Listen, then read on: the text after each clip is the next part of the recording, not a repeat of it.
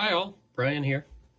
So I want to talk a little bit further about the work that I'm doing on Feliu de Barruera. I posted a bunch of videos lately, and my original idea was if I had a number on the video, it was me talking to you about what I was doing, and if I had an A, B, or C on the video, it was actually doing work and mostly being quiet and letting the folks who wanted to see what I was doing, and that's just all fallen apart.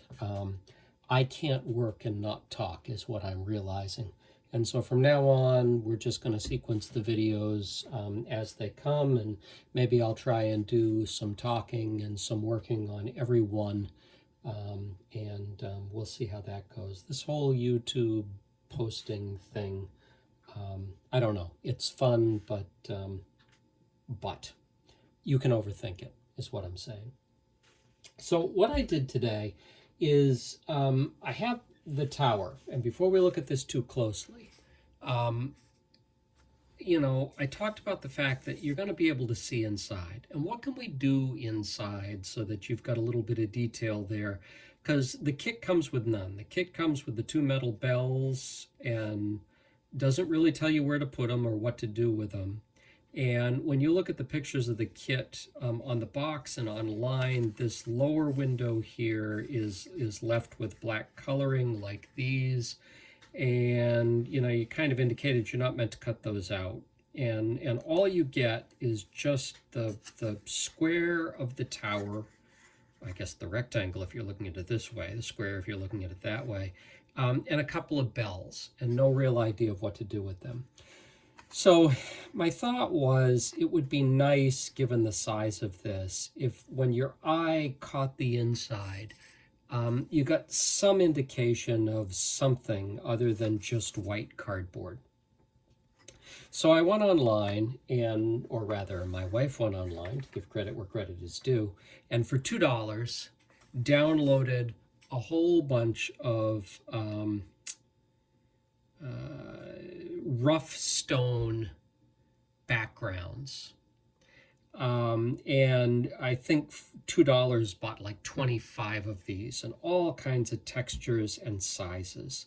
So I went through them all and I eventually hit this one. And I thought, well, that looks like that might be the right thing to print out and glue inside the tower. So when you looked in, you were seeing something that at least in character matched the outside, even if the blocks don't match what's there.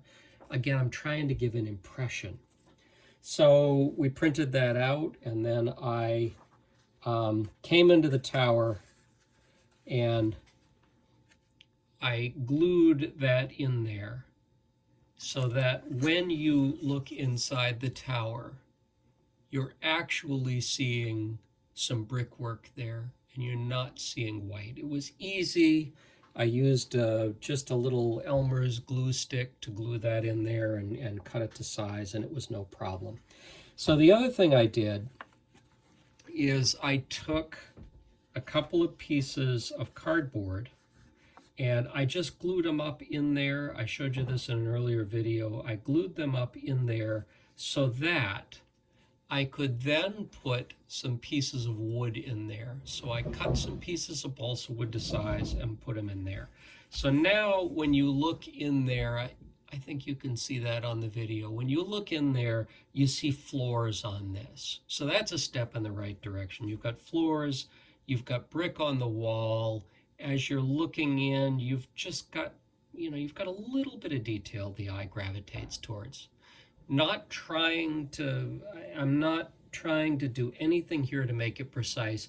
And so here's the thing I've found anyway, working on models, looking at YouTube, is no matter, and I'm not saying I'm that good, I'm a beginner at this, but no matter how good you are at something, you're going to find somebody, you're going to find a ton of people. You're going to find people out on YouTube who are 5 years old, who are exceeding you in every way possible, and you will never in your whole life be as good as them or do as well as them. And it'll drive you nuts if you'll allow it. It'll absolutely discourage you and make you want to give everything up. So go out to YouTube for ideas. There's so many talented people. Go out there to be amazed and to be inspired. Don't go out to see, what you should be doing, because that's a rat hole you can go deep into, and it can be very discouraging. So anyway, this is what I've done just to give an impression, and I'm sure at some point soon somebody will post Saint Feliu de Barruera, and they will have detailed this to the nth degree, and I will never certainly do as good as them.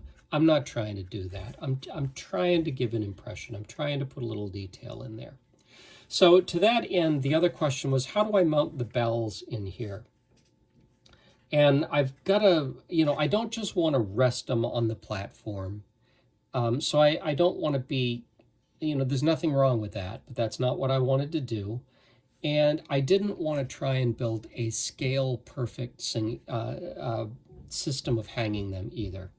So what I ended up doing was this. I took a little piece of paper, 3.5 by 3.5, just like what's in there, and I used that to create a little cradle for them that they can hang in, that would just give the impression of what is probably in the real building, but it's certainly not to scale. These are way too thick, these cross members, for what would actually be in that bell tower. And it's probably nothing like this in terms of, what the actual system is to hang these bells. All I'm trying to do is give an impression of, yeah, there are bells, they're in a wooden framework. Isn't that great? That's all I'm trying to do. And all I did with that is I took some leftover balsa wood like this, and I just, kind of glued this thing up and eyeballed it.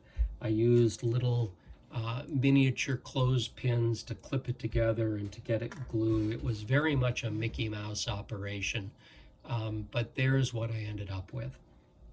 So when we're done here, I'm going to, probably sometime very soon here, I'll go ahead and set that in there and glue it down like that. Let's set that right. Like that, so that when you are looking at the sides, you see the bells in the window like they're supposed to be. When you look at it from the side, you can see the cradle it sits in. And so you get an impression of bells in the bell tower in a framework that at least tricks your eye briefly at this scale into thinking, oh yeah, that seems like that would be right. So I'll glue this all together.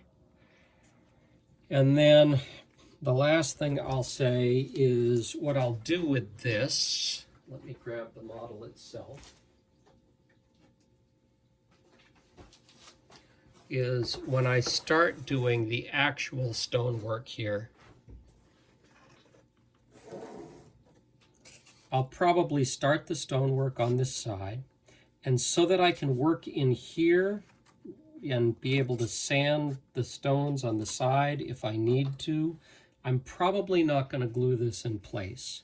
What I'm probably going to do is I'm going to leave it in here loose so that I can do what I need to do with the brickwork and then pull it out and do some sanding and get it all nice the way I want it.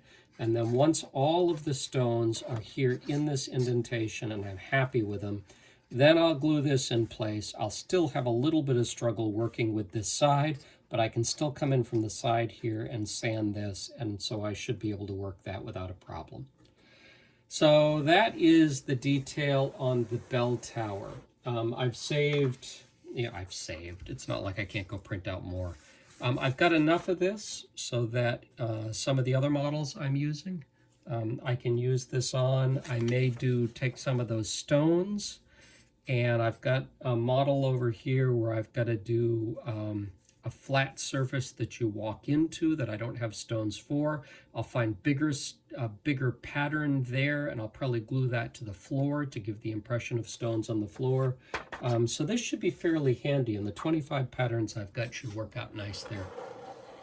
The only other thing I'll note is here are the two roofs that have been set on the apses. Now that I've moved things around, as I've said on the last video, they fit nicely, they work nicely.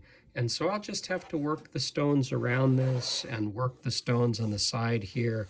I may have to do some additional sanding. We'll see how that works out. But those went in there nice. And so you can't always rely on the patterns down here. You've got to experiment and play with it and get it to work. Get it to work as you go. So again, like I said last time, think a few steps ahead. Don't, things like not gluing in this bell tower. Think ahead as to how you're actually going to do the work, where you'll need to get sanding sticks in, how you'll want to work with things. Think a little ahead so that you can puzzle this out, especially a model like this Domus kit where you don't have any English instructions. You can't, unless you learn to read Spanish or maybe translate through Google or something, you can't rely upon their sequence of events. You've got to think it through yourself. And I say that like I know what I'm doing. As we move through this, we'll see if at any point I say, oh crap, I shouldn't have glued this on at all. I should have done this. I should have done that. So anyway, that's where I'm at. That's the detail on the bell tower. Hopefully that was helpful to you. Thanks for joining me, and we'll catch you in the next one. Bye-bye.